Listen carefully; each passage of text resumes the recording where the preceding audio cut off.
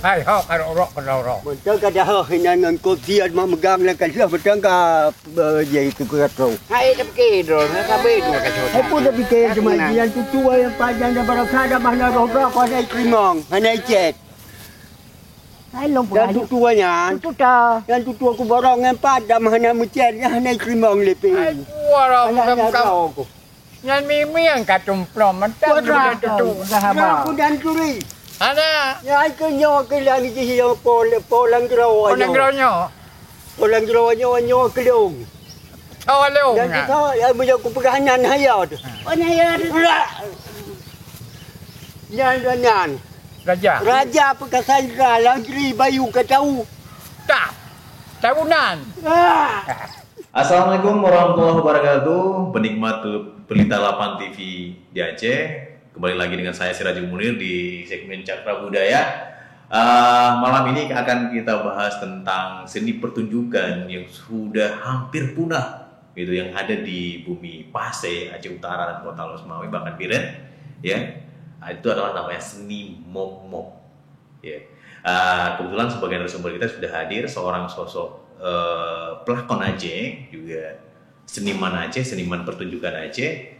Orang yang masih muda, energik, dan tapi sudah punya kemampuan atau sudah mampu melakukan dengan baik dan bahkan sudah S2. Saat ini beliau sedang melakukan penelitian tentang momok Aceh. Sudah hadir di depan kita Bung Tejo. Sekarang juga ada momok ini. Mungkin kalau kita kupas sedikit ini menjadi menarik karena pecinta seni sendiri, ya, penikmat seni sendiri di Aceh itu saya rasa masih sangat awam dengan seni pertunjukan momok itu. Mungkin bisa Abang jelaskan. Baik, sebelumnya Assalamualaikum warahmatullahi wabarakatuh. Salam. Kalau ditanya tentang momok itu, sebenarnya saya sendiri masih sangat minim informasi, dan juga masih sangat saya masih belum banyak tahu tentang momok itu sendiri sebenarnya bentuknya bagaimana, dan maka sebab itu saya mencoba mempelajari lagi, mendalami, belajar lagi tentang momok. Apa sih itu momok? Karena yang menarik bagi saya di sini adalah itu adalah sebuah seni pertunjukan yang dimiliki oleh Aceh. Ya, walaupun ini dari segi bentuknya mungkin ada beberapa instrumen yang digunakan itu instrumen modern, tapi setidaknya ini adalah berasal dari daerah kita, terutama daerah Aceh Utara. Kalau tidak salah itu di Kruman ya, maksudnya di Muara Batu ya. Namanya Kampung Paluh Raya, kalau nggak salah pernah dengar itu dari teman-teman saya yang pernah cerita itu. Iya. Apakah itu di situ masih ada komunitas seni rupa seni pertunjukan momok itu? Di Aceh Utara ada beberapa, kalau kita bicara komunitasnya, ini kemungkinan besar itu yang masih ada, yang saya nggak bisa memastikan itu apakah, tapi itu pasti sudah lama karena memang ini secara personal, tokohnya itu ada beberapa tempat. Tetapi kemudian ada memang beberapa pegiat dan pelaku pemerhati seni di sini mungkin ingin menggalakkan kembali kesenian tersebut, yang akhirnya salah satunya mungkin ada di di daerah Paluh Raya ya. Daerah Paluh Raya itu masih ada, namanya itu Merak Jumpa Aceh. Ada juga itu di Muara Batu, namanya juga kelompok momok Muara Batu. Iya. Tetapi secara personalnya itu banyak tersebar di beberapa daerah di Aceh Utara, dan di Biren sampai katanya tapi saya belum di PD juga ada satu lagi. Nah, ini beberapa tempat ini mereka kan sudah berpisah, bukan sebagai komunitas lagi. Dan ini sayangnya ya, mereka ini yang masih pelaku momok itu sudah berumur sangat tua. Sudah lanjut usia berarti. Sudah lanjut usia. Ada yang umurnya itu sudah di atas 60 tahun. Bayangkan itu sudah di atas 60 tahun, tapi mereka wajar saja ketika ada kawan-kawan sekarang atau masyarakat Aceh sekarang itu mungkin banyak yang belum mengenal, yang belum tahu bahkan tentang momok itu sendiri. Karena yang pertama gini, mungkin di era-era saya saja, atau mungkin abang-abang saya itu mungkin sudah tidak pernah menonton lagi pertunjukan momok. Kemudian secara apa ya, literatur juga itu kurang sekali kita mendapatkan referensi yang menulis yang mengupas tentang momok itu sendiri. Iya. Sehingga itu kan menjadi alasan yang sangat kuat kenapa itu momok tidak diketahui oleh orang banyak. Jangan orang seluruh Aceh atau bahkan Indonesia. Aceh Utara sendiri beberapa orang yang saya temui itu, saya coba tanya, tahu tentang momok, Betul. biola Aceh. Iya. Kadang-kadang mereka bingung sendiri ya, bingung ya nggak pernah mendengar apalagi melihat. Iya. Makanya kalau saya katakan hari ini malam ini kita bahas tentang ini jadi menarik karena kita memberikan informasi kembali kepada pemirsa Pelita TV bahwa Aceh Utara itu sebenarnya punya sebuah seni pertunjukan yang bisa kita katakan ini unik banget gitu. Ya, seperti kita saksikan tadi di tayangan tadi, ada yang bermain biola, kemudian ada yang menari dan mengucapkan dialog-dialog yang sangat khas sekali. Mungkin bisa Abang cerita itu Bang Tejo. Apa sebenarnya yang mereka lakukan ini? Mereka sebenarnya kalau dalam cerita itu, ini bentuknya itu memang dia agak berbeda sekali sama kesenian-kesenian yang lain ya. Kemudian dari bentuk pertunjukannya itu memang dia mengandung ada beberapa unsur di situ yang memang saya bisa merasa itu menjadi salah satu sebenarnya kenapa ini menjadi hambatan sendiri bagi dia, karena memang di situ dia pemainnya itu dia patut memiliki kecerdasan yang di atas rata-rata sebenarnya. Iya. Nah kemudian dia memiliki skill tentang beberapa seni, walaupun dia tidak bisa mendalami secara perfect, tapi setidaknya dia mengetahui. Contoh misalnya di situ ada pemainnya 3 orang. Iya. Dan ini menurut salah satu referensi ini memang harus dilakukan oleh 3 orang. Iya. Yang pertama perannya itu sebagai ayah. Nah ini ayah ini mungkin disebut juga Syekh. Syekh ya, pemimpin dia ya. Dia di situ memainkan biola. Iya. Lalu dia situ perannya itu juga dia sebagai sutradara ya kalau kita sebut sekarang. Dia yang menjaga alur ceritanya itu agar tidak melebar kemana-mana, karena memang kadang-kadang setiap pertunjukan itu sudah ada tema tertentu. Jadi apalagi di dunia kesenian tradisi ya, itu yang kadang-kadang spontanitas itu sangat kuat, sangat kental setiap pertunjukan. Iya. Nah, tugas si Syekh tadi itu yang memainkan biola tadi itu ya memang menjaga jalurnya itu.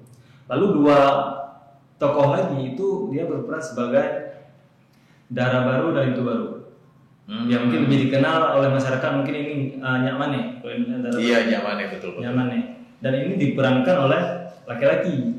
Berarti semua pemeran itu laki-laki ya? Kalau kita sempat pemirsa mungkin bisa lihat tadi ya di tayangan tadi itu memakai selendang gitu ya, memakai selendang, kemudian pokoknya pakaiannya seperti wanita, tapi perannya sepertinya laki-laki. Ini luar biasa sebenarnya. Ini mungkin bisa kita sedikit lagi bahas ya. Jadi cerita tentang apa aja yang ada di dalam seni momok ini? Ya, kalau cerita apa saja yang ada dalam momok itu sebenarnya itu bisa disesuaikan. Ini ketika memang misalnya sekarang kondisinya atau situasinya tentang apa, apakah kita akan mengangkat cerita tentang rumah tangga, atau kita akan mengangkat cerita tentang pertanian. Nah lalu si sutradara mungkin dia akan mengarahkan pemain untuk dialog-dialognya itu akan menjurus ke sana. Itulah yang dijaga oleh Syekh tadi. Berarti spontanitas itu sangat kuat sekali di sana. Improvisasi pemain itu luar biasa. Berarti ini makanya ini buat pemain teater tetap muda ini kita perlu belajar banyak ya. Perlu belajar banyak tentang seni teater lakon khususnya, karena pemain teater itu seni lakon itu pasti membutuhkan referensi banyak, apalagi referensi tentang yang seperti ini gitu. Jadi saya ajak kawan-kawan bisa belajar di momok. Nah sedikit lagi nih Bu Tejo, di dalam pementasan ya, ini dilakukan di mana saja? Apakah istilahnya kalau biasa sandiwara Aceh dulu kan mereka itu mobiler ya, jadi bergerak kemana masyarakat yang ramai pada acara pekan-pekan tertentu di masyarakat di Aceh itu, ya mereka hadir di sana, kemudian membuat panggung dan mereka pentas di sana, kemudian ya mengambil tiket ya dengan harga mungkin 500 rupiah waktu itu ya, zaman-zaman. Ya, dan saya pernah nonton sekali waktu kecil itu masih sekitar umur 7 tahun ya, dibawa oleh almarhum babu saya, dan saya sempat nonton dan luar biasa asik dan luar biasa jenaka dan bikin semua penonton ketawa gembira. Nah, apakah juga mau seperti itu? Ya, apakah istilahnya dia membawa alur cerita itu menjadi jenaka, buah parodi atau seperti apa? Ya, kalau tempat pertunjukan yang ditanyakan tadi itu memang mereka hampir sama dengan sandiwara Aceh ya. Iya. Mereka itu pertunjukannya itu ada di misalnya begini, mereka biasa tampil di acara-acara peringatan hari-hari besar seperti misalnya 17 Agustus, dan itu ketika 17 Agustus sudah ada panitia tertentu yang memang mengadakan acara peringatan 17 Agustus, tapi sebelumnya itu sudah ada mereka mempersiapkan malamnya itu malam penyambutan seperti itu. Nah, ketika malam penyambutan kemerdekaan itu panitia menggelar semacam kesenian hiburan bagi rakyat, dan itu mengundang orang banyak. Ada juga yang dilakukan secara terorganisir ya, dilakukan oleh panitia tertentu. Mereka bekerja sama dengan pihak setempat, kampung setempat atau daerah setempat. Lalu mereka mencari sebuah tempat, membuat panggung, kemudian mengundang penonton, lalu mengambil tiket untuk pertunjukan itu. Nah, di situ biasanya yang sering melakukan seperti itu kan para kawan-kawan yang bermain sandiwara Aceh. Nah, tidak jarang juga ketika bermain sandiwara Aceh dalam satu panggung itu juga nanti akan ada pertunjukan momok. Nah, sebagian ada informasi yang mengatakan gini, sandiwara Aceh itu memang mereka melakukan secara inisiatif, ada panitia yang sudah terbentuk. Nah, sedangkan momok sendiri itu mereka bermain atas dasar undangan. Undangan dari pemerintah, undangan dari manapun, mereka bermain atas dasar ada undangan. Nah, tetapi ada informasi lain yang mengatakan mereka juga terlibat dalam satu panggung dengan pertunjukan tradisi lainnya. Nah, bisa kolaborasi ya seperti itu. Iya, ada juga yang nampil misalnya di hajatan-hajatan, orang kawinan, kemudian mereka diundang sebagai pengisi hiburan. Kalau kita lihat sekarang mungkin kayak pemain keyboard di acara pesta. Nah, kalau dulu, ini kalau nggak momok, sandiwara Aceh, atau juga mungkin keyboard juga mungkin masa itu juga sudah ada. Ada pilihan-pilihan tertentu dari si pemilih aja. Betul. Nah, saya luruskan lagi tadi sedikit catatan yang abang bilang tadi tentang spontanitas. Sebenarnya ini ada perbedaan. Spontanitas itu saya rasa lebih banyak itu terjadi di sandiwara Aceh, dan itu mereka memang bermain atas dasar improvisasi yang sangat tinggi atas arahan sutradara yang sedemikian simple. Nah, kemudian mereka akan mengembangkan itu sebagai semeriah mungkin. Berbeda dengan momok. Momok itu ada tempat-tempat yang mereka memang dituntut untuk spontanitas, tetapi secara garis besar itu sudah terstruktur sebenarnya. Nah, disitulah perbedaan momok, dan itu mungkin sangat bagi saya itu menjadi sangat susah untuk diikuti oleh siapapun. Yang seharusnya ketika itu sudah jelas strukturnya akan mudah diikuti. Tetapi ini sebaliknya yang terjadi di momok, karena mereka sudah memiliki struktur tersendiri dan memang itu sudah diatur, ada aturan-aturannya. Setidaknya para pemain yang ingin melakukan momok, dia minimal harus paham dulu struktur. Kemudian di bagian tertentu ada ucapan-ucapan atau syair-syair yang memang harus itu sudah menjadi khas momok. Jadi tidak bisa sembarangan.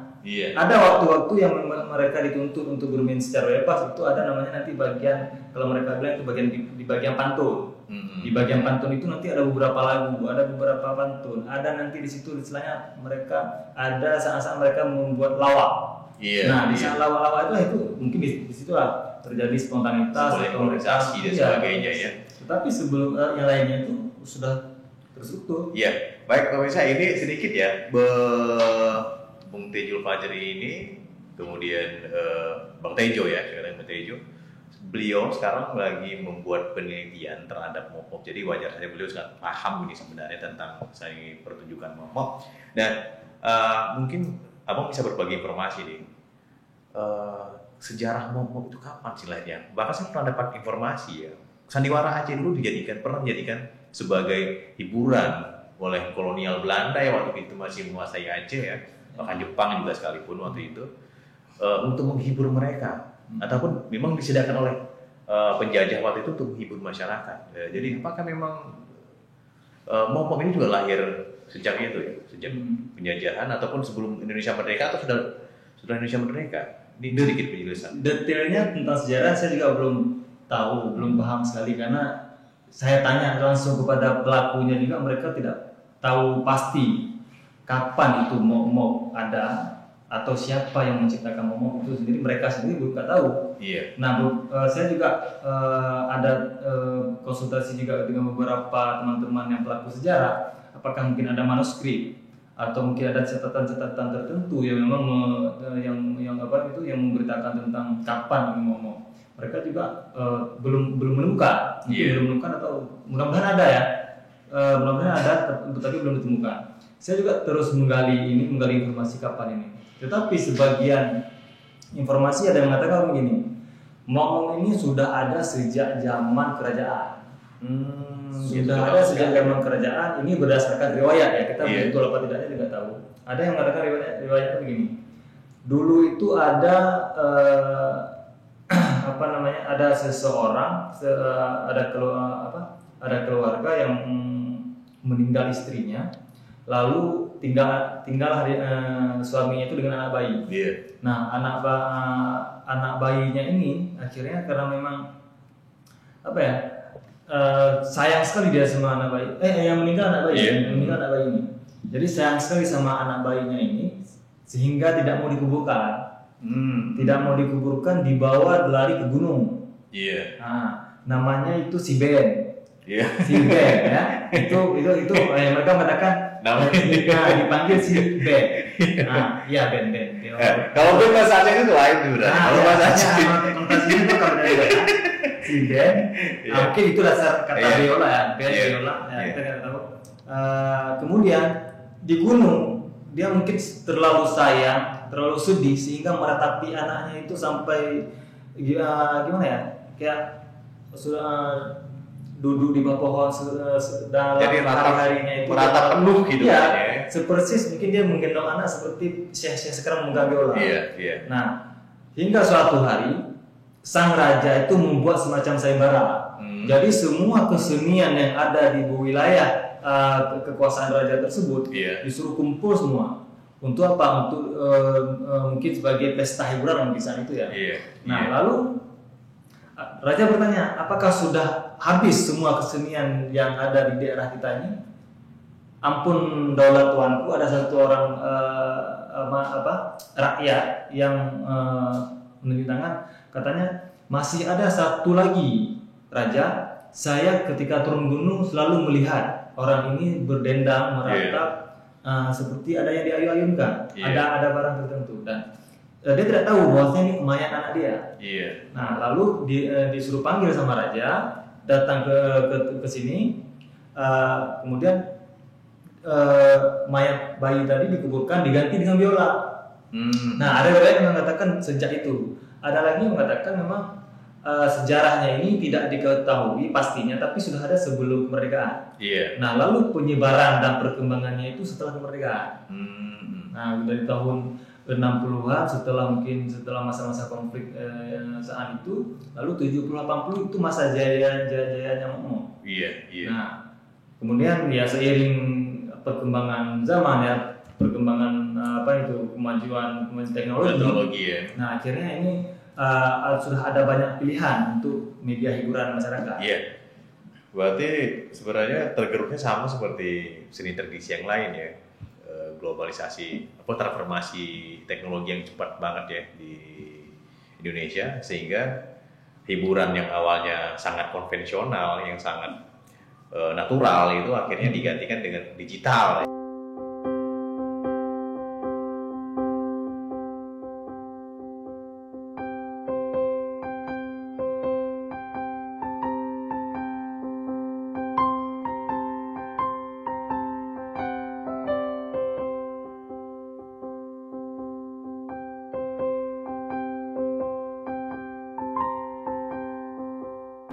Pemirsa, itulah cuplikan dari sedikit tentang penelitian Bung Tejo terhadap momok yang ada di Gunung Mane ya, di Aceh Utara, Biren juga. Nah, ada satu hal yang saya masih ini dan mungkin pemirsa juga, teman-teman penikmat Blitar 8 TV. Sebenarnya sosok Tejo ini siapa itu? Ya, jadi kita masih ini, Bung Tejo juga perlu jelaskan ini. Sebenarnya Bung Tejo ini apa nih? Saya tadi namanya Tejo Fajri, Tejo. Tapi wajahnya Aceh gitu kan. Siapa sebenarnya, mungkin abang bisa jelaskan sedikit nih. Biar kita familiar nih, teman-teman juga pemirsa familiar nih siapa Bung Tejo, dan mungkin kalau sudah kenal orang bisa dekat, bisa kasih informasi karena abang juga seorang peneliti. Saya rasa ini sangat perlu. Siapa ya? Ya sebenarnya bukan siapa-siapa ya, kita sama, bukan siapa-siapa. Cuma mungkin saya aktivitas saya selama ini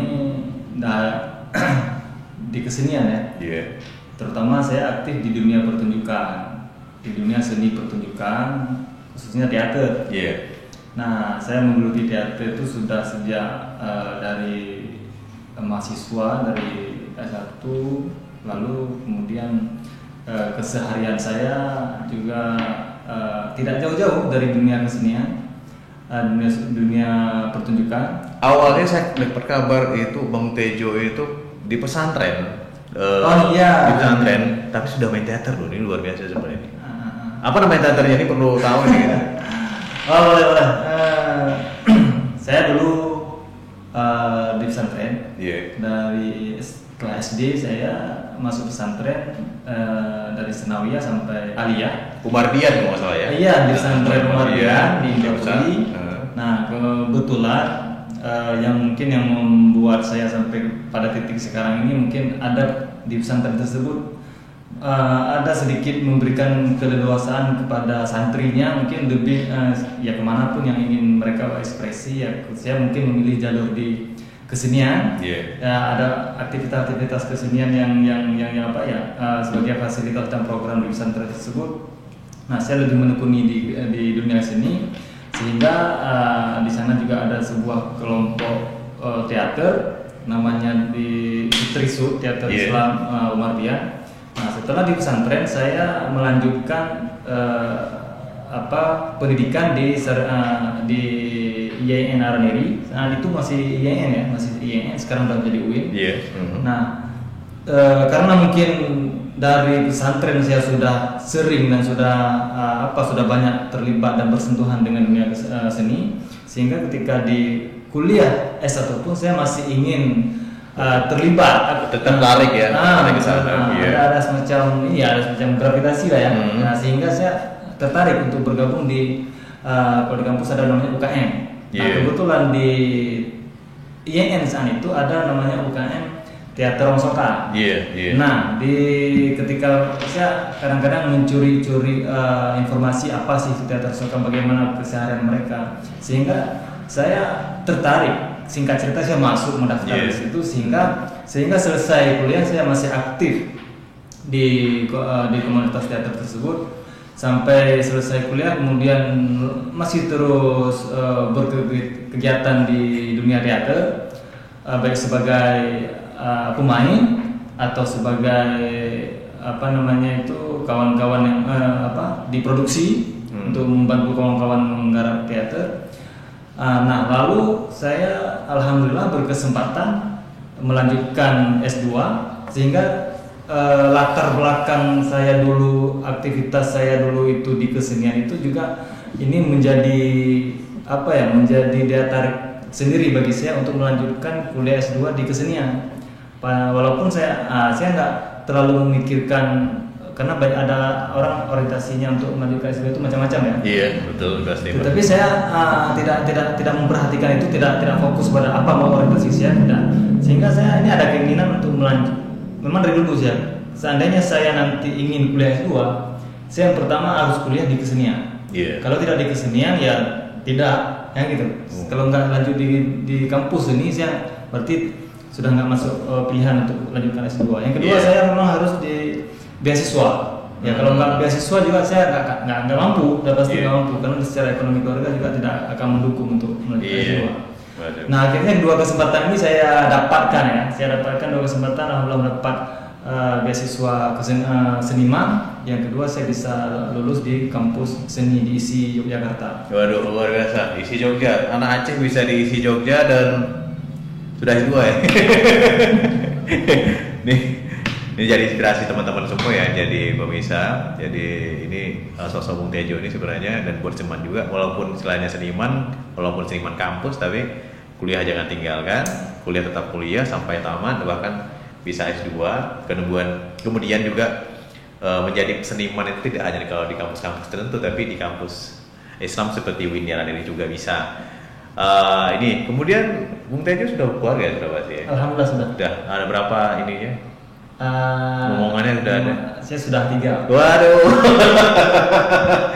Oke Bung Tejo, terima kasih banyak sudah berada di TV 8 ya, di segmennya Cakra Budaya Aceh. Terima kasih banyak. Mungkin ke depan kalau ada program yang menarik lagi, kita akan undang lagi ya untuk Bung Tejo. Kebetulan beliau lagi ada di Loksmawe, kita undang di segmen ini, dan alhamdulillah informasi tentang Momo Aceh sudah tersampaikan. Minimal kita sudah paham tentang, ya walaupun secara umum belum kita bahas detail, tapi ini sangat bermanfaat buat kita semua. Terima kasih Bung Tejo sekali lagi. Sampai jumpa kembali. Terus nanti kalau memang kita ini akan kita undang kembali. Terima kasih banyak. Baiklah pemirsa Cakra Budaya, begitulah segmen ending kita di segmen Cakra Budaya episode ini. Insya Allah ke depan kita akan hadir dengan beberapa tokoh yang menarik lainnya, juga berbicara tentang seni budaya, bahkan tokoh-tokoh yang sangat menginspirasi di bidang seni budaya Aceh. Saya Sirajul Mulia, assalamualaikum warahmatullahi wabarakatuh.